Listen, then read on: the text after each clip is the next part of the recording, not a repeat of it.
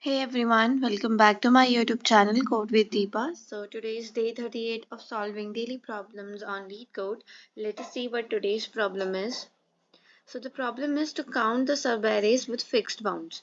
From last 3 days we are having POTD which is related to arrays, and mainly these problems are related to subarrays, where initially it was to calculate with at most k frequency, then it was to calculate the elements in array which have at least k frequency, and the other day we have previously solved another problem based on count subarrays, and now it is to count subarrays with fixed bounds. So let us first read this problem. So the problem says that you are given an integer array nums with two integers minK and maxK. So a fixed boundary of subarray is that satisfies the following condition, which means that the minimum value in my subarray should be minK and maximum value in my subarray should be maxK. I have to return the fixed number of bounds in my subarrays. Okay, and subarray is a contiguous part of an array. Means there should not be any break between elements. They should be continuous one after the another. Then only it will be considered as a subarray, and I have to find all the fixed bound subarrays, which means that the minimum value in my subarray should be equals to the minimum value given in my question, and the maximum value in my subarray should be equals to the maximum value given in my question. Both the values are already given to me. So here in this example you can see the array is 1 3 5 2 7 5. Okay, so the min value is 1 and max value is 5. So we first need to find the min value, index of minimum value and index of maximum value. Like 5 is present two times, at index number 2 and at index number 5. So one array will become 135. Here minimum is 1, maximum is 5. Second array will become 135 2. Here also the minimum value is 1 and the maximum value is 5.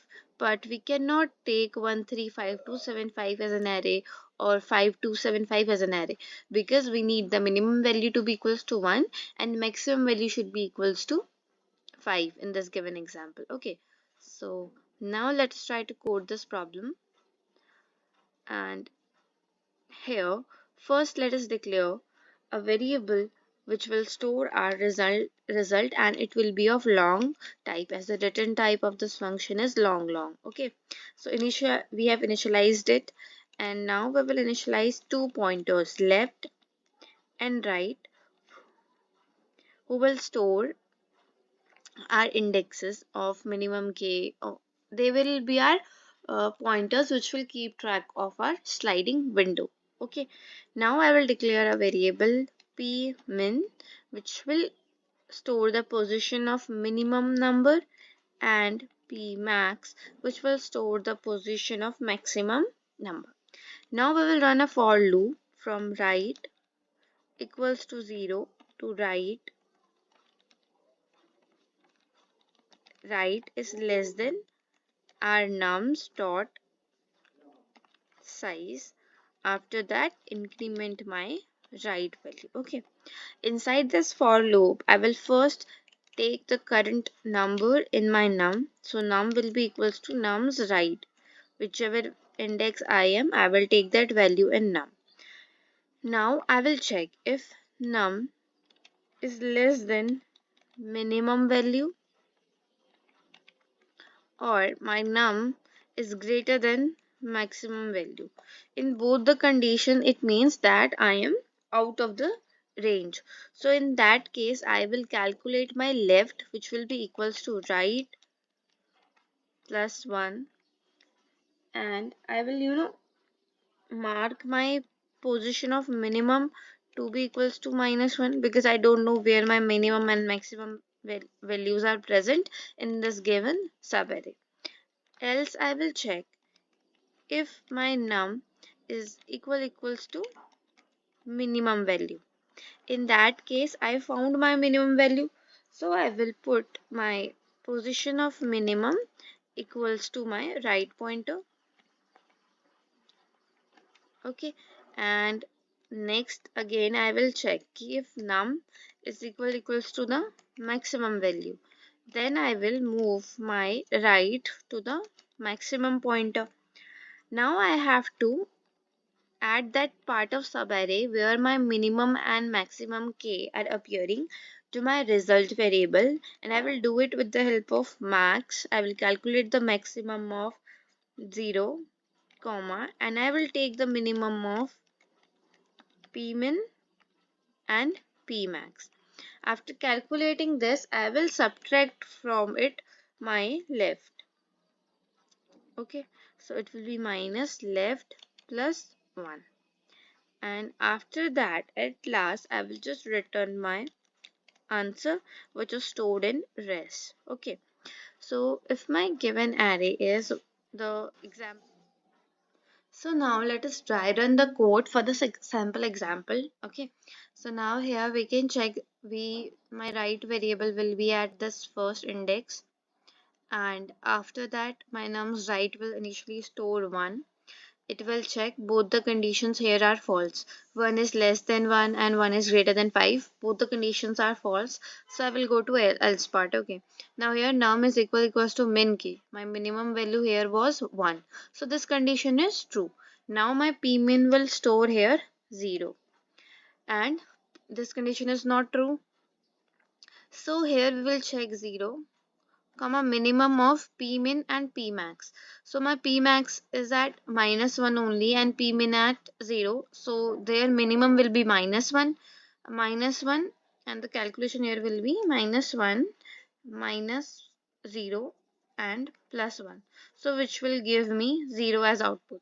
Now maximum of 0, 0, the result will be 0 only. So it is storing 0 in the first iteration, then it will move to 3. Now, when it will move to 3, it will again check here. Both the conditions are false and this condition is also false. So, it will also produce 0. Now, it will move to 5. Here, both the conditions are false. Now, it will check here. So, num equals to max k. This condition is true. So, it will store 2 here. Now it will take the minimum, which will be 0, 2. So minimum of 0, 2 will be 0 and 0 minus 0 plus 1. So now it will store 1. Now again it will move ahead, which is 2, and both the conditions are false. And but previously it was storing 0, 2. So again it will increment by 2.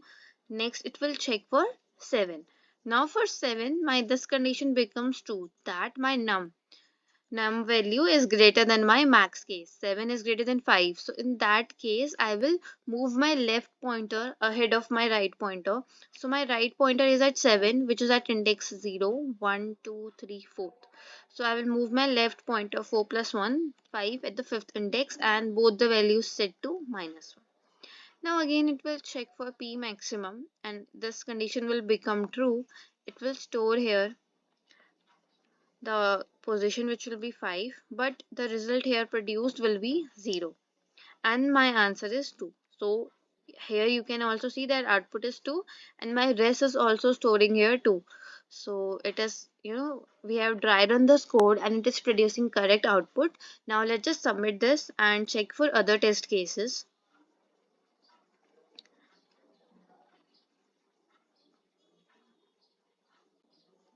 So we have successfully completed today's challenge and we have solved all the POTDs in the month of March.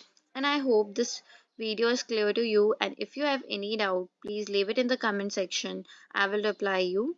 And like this video, comment on it, subscribe to my channel, press the bell icon to get daily notification about the videos I am posting. And if you want video on some another topic or any other problem, you can leave it in the comment section. Thanks for watching. I will see you in the next video.